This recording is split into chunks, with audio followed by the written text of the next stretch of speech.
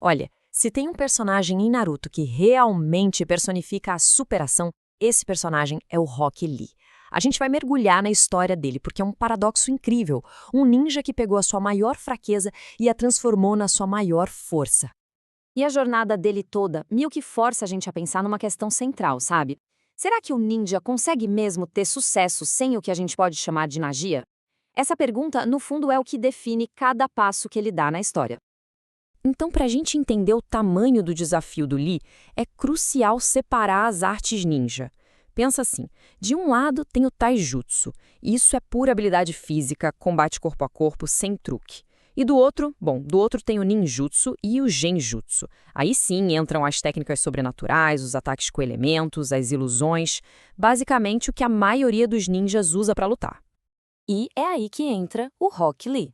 Imagina só, um ninja com um sonho gigante de ser um dos melhores, de ser esplêndido, como ele diz, mas com uma limitação que é, nossa, devastadora. Ele simplesmente não consegue usar ninjutsu ou genjutsu. Nada. Zero. Todo o arsenal dele se resume a uma única coisa: taijutsu. Ok, mas a grande pergunta é, por quê? Qual é a razão dessa limitação?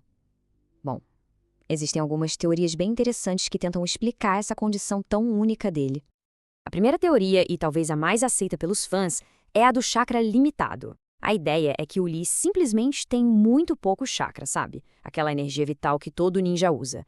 Ele até tem o suficiente para umas coisinhas básicas, tipo andar na água, mas para fazer aqueles selos de mão super complexos do ninjutsu, sem chance. Não tem combustível para isso.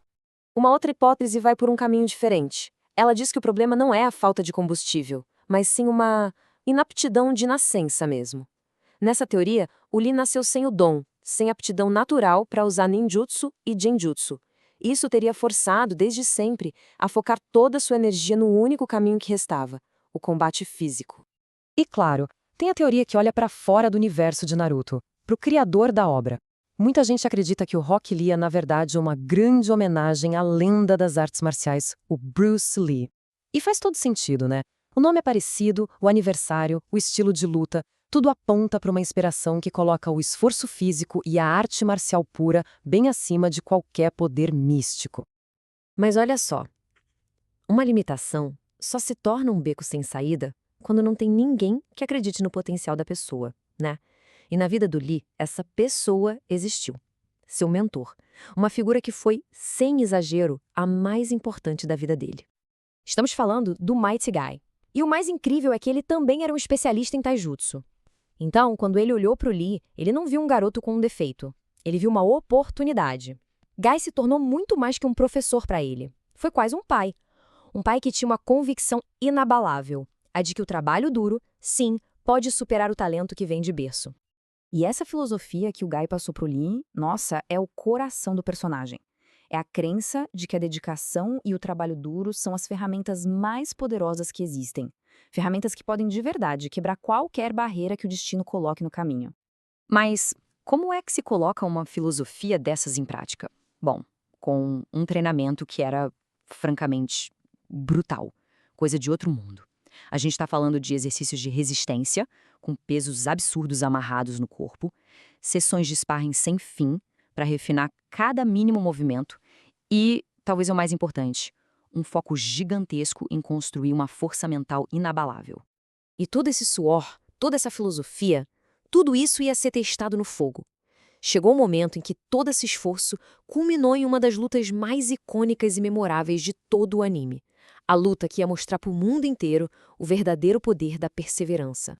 O palco, o exame Chunin, e o confronto era surreal.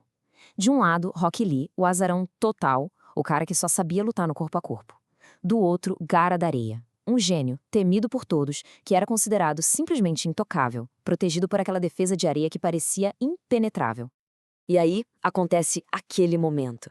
O momento que, sério, arrepiou uma geração inteira de fãs. Com um simples aceno do mestre, Lee tira aqueles pesos que ele usava nos tornozelos, e quando eles caem, o chão racha, o barulho ecoa.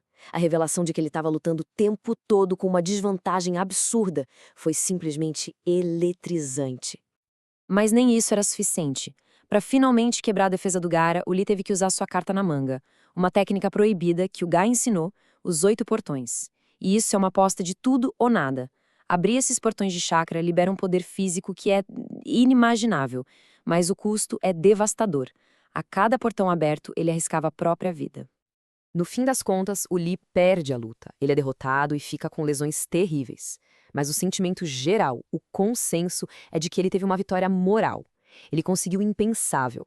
Provou que o invencível Gaara podia ser atingido, podia ser ferido, podia ser humanizado.